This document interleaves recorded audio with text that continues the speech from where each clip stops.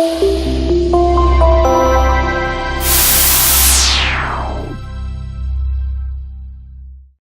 everybody, John Costigan back, and I have a real cool technique here called What Happens Next. Now, what I love about, and let me stop for a second. I know I keep going, what I love about this, what I love about that. Oh, here's a funny story. You're like, dude, is everything you love and everything's funny?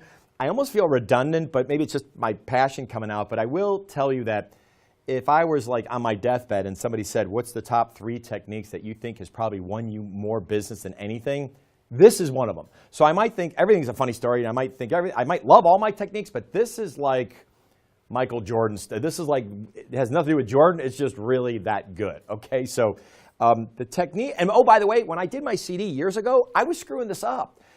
You know, what to say and how to say it. I'm re-releasing it, and it's going to be coming out, and I'm re-releasing it because I have changed. Why? I've gotten my butt handed to me on some of these techniques, and I never went back into the studio, and I redid this, and this is one of them where I kind of got it handed to me.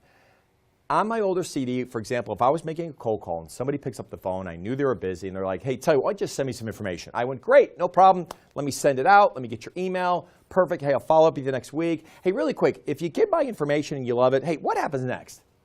Well, I used to say that back then, right? Well, you know what happened? Somebody did this to me, and when they did it to me, I was like, what happened? I'm like, I don't know. Dude, call me next week. I'm busy. And I kind of got pissed off about it.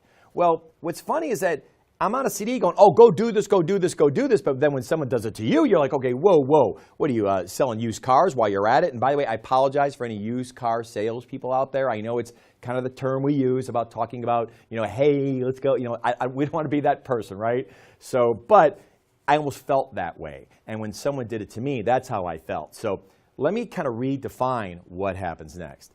First off is it works great in the negotiation phase, towards the end. If somebody says, hey, listen, you think you might be able to do better on your price? And oh, by the way, you might do the good, good question, why'd you ask? I get all that, but let's pretend you really come down to the point where you might discount.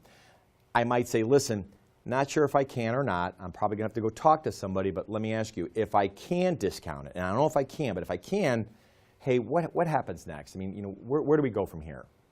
Now it's okay, because I think you've established communication, some rapport, some trust, some competence, some credibility, and I think you need some of those things to play that card, that what happens next card. When you do it really early on, you haven't earned those stripes yet. It's funny, I'll tell you again, another funny story, right? I'm in Philadelphia training one of the largest computer companies in the world, and I talked about this technique. Well, the gentleman, I'm going to keep this very professional, but the gentleman the next day came up to me, and it was a young man, very good-looking guy in Philadelphia, and he goes, hey, I tried your what happens next technique last night. I'm like, well, where? He goes, well, I went out with some friends of mine, and I saw a very pretty girl, and I went up and I approached her. I said, hi, how are you? Nice to meet you. And she said, nice to meet you. And he's like, you mind if I buy you a drink? And she said, sure. And he was telling me this story. So this is real life. This is John making this up. And so I said, so when did you use that technique? He goes, well, about 2 minutes into it, I said, listen, you're a really pretty attractive lady, and I hope I'm not that bad. Listen, if this all works out, what happens next? I'm like, dude, what are you doing? And I go, what happened? He goes, she actually threw the drink I bought her on me. I go, as she should.